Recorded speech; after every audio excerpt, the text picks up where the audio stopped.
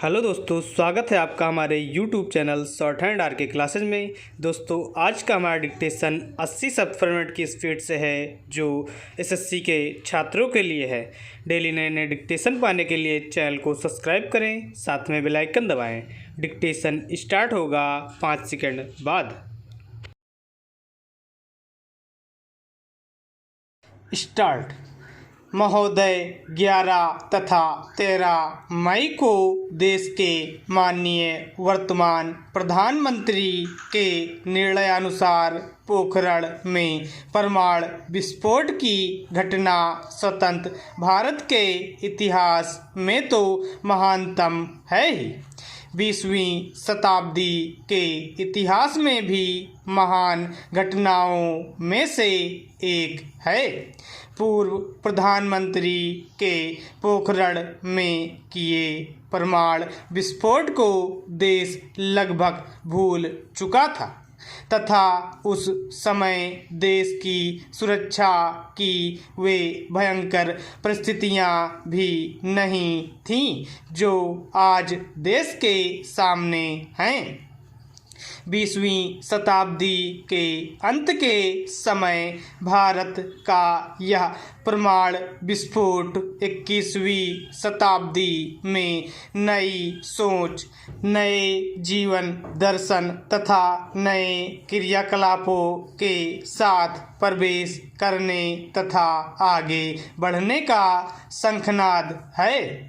यह इतिहास का ऐसा मोड़ है जो सैकड़ों वर्षों में कभी होता है।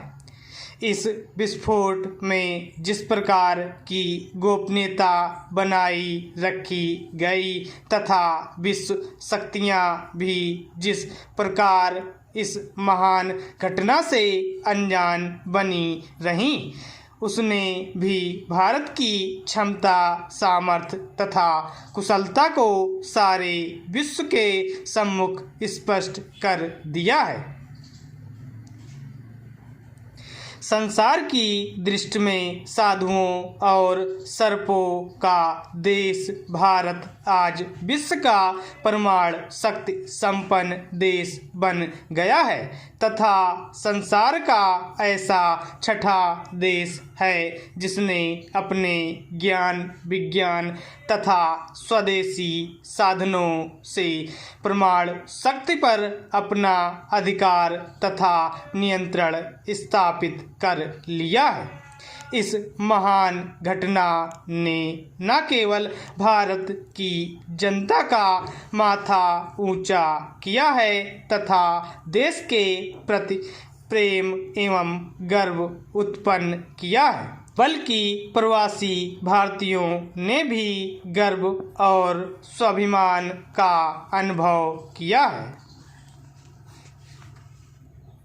श्री वाजपेयी के निर्णयानुसार हुए इस विस्फोट ने सारे विश्व में हलचल उत्पन्न कर दी। इसके समर्थन और आलोचना के वक्तव्य तथा लेख प्रकाशित होने लगे तथा मीडिया में चर्चा का सबसे प्रमुख मुद्दा बन गया। लेकिन एक आश्चर्य की बात यह हुई कि हमारे साहित्यकारों ने इस घटना पर कोई विशेष प्रतिक्रिया व्यक्त नहीं की, तो अखिल भारतीय हिंदी परिषद ने निर्णय किया कि साहित्यकारों के बीच इस घटना का विश्लेषण किया जाए तथा यह तय किया जाए कि साहित्यकार की क्या भूमिका हो सकती है।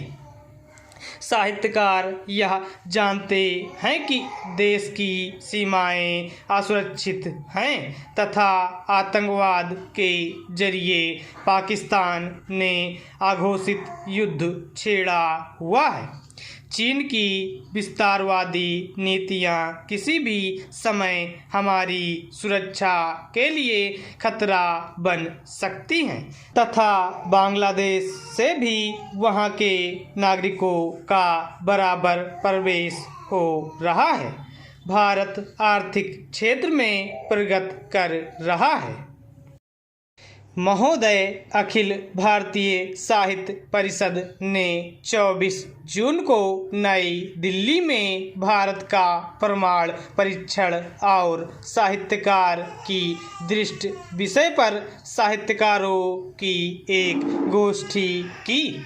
इसकी अध्यक्षता की जवाहरलाल नेहरू विश्वविद्यालय के प्रोफेसर डॉक्टर परिमल दास ने तथा विषय परिवर्तन किया। इसी विश्वविद्यालय से अभी सेवानिवृत्त हुए जापानी विभाग के प्रोफेसर डॉक्टर सत्यभूषण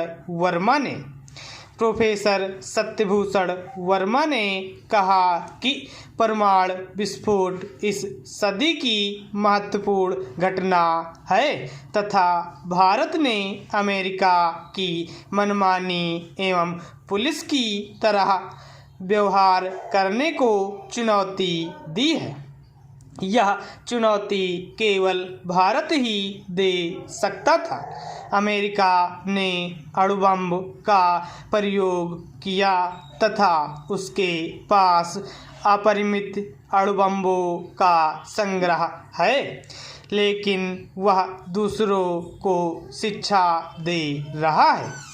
अमेरिका की बौखलाहट स्वाभाविक है, क्योंकि भारत ने उसके एकाधिकार को ललकारा है। अमेरिका, चीन आदि देश आज भी आर्थिक एवं सांस्कृतिक रूप में अपने उपनिवेश पैदा करना चाहते हैं। भारत जैसे देश उनके बाजार हैं और दुर्भाग्य यह है कि हम भी उन्हें इस बाजार में आने के लिए आमंत्रित कर रहे हैं। हम जानते हैं हमारे शत्रु कौन हैं। चीन कब हमारा मित्र था? पाकिस्तान हमारा दोस्त कब था? अमेरिका ने तो बांग्लादेश के युद्ध के समय अपना जहाज बंगाल की खाड़ी में भेज दिया था। भारत कई दशकों से पूर्ण निशस्त्रीकरण का प्रस्ताव करता रहा, लेकिन किसी ने उसकी बात नहीं सुनी। आज नाभिकीय परीक्षण किया, तब भी ये देश निशस्त्रीकरण की बात नहीं कर रहे हैं। ये देश भारत को घेरना चाहते हैं, लेकिन भारत ने अब बता दिया है कि यह संभव नहीं है। भारत का यह विस्फोट वास्तव में एक शांतिपूर्ण विश्व की स्थापना के लिए है, जिसमें सबल और दुर्बल देश बराबर होंगे। भारत 21वीं सदी में इस दृष्टि से जीना चाहता है, जिसके बाद डॉक्टर सतीश आलोक ने भी परमाणु विस्फोट का समर्थन किया तथा कहा कि भारत एक शांतिप्रिय देश है और रहेगा।